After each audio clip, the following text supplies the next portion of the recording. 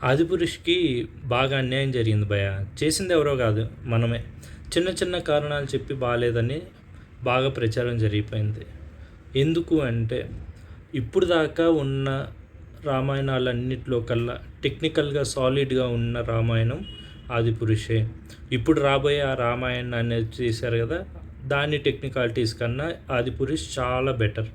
100 రెట్లు, 1000 రెట్లు బెటర్. అయినా మనం ఏం చెప్పాము? రావణుడికి హెయిర్ స్టైల్ బాలేదని, లేదంటే రాముడికి మీసాలు ఉన్నాయని, అలా చిన్న చిన్న కారణాలు చెప్పాం. మనకి ఆయన రాముడి గుణాన్ని చెప్పడంలో కానీ, రావణుడిని విలనిజాన్ని చూపించడంలో కానీ ఎలాంటి మిస్టేక్ జరగలేదు. టెక్నికల్‌గా సాలిడ్‌గా లేని మూవీస్ అన్నిటిని యాక్సెప్ట్ చేసాం.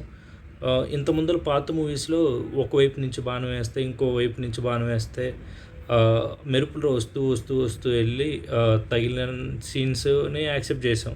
ఇప్పుడు ఇంత మంచిగా గ్రాఫిక్స్ ఉన్నా కానీ మనం యాక్సెప్ట్ చేయలేదు.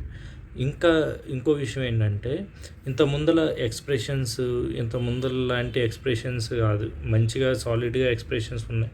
ఇంత ముందల పద్యాలు పాడుతూ ఎవరికీ అర్థం కాకుండా ఉన్న సీన్లు చూసాం.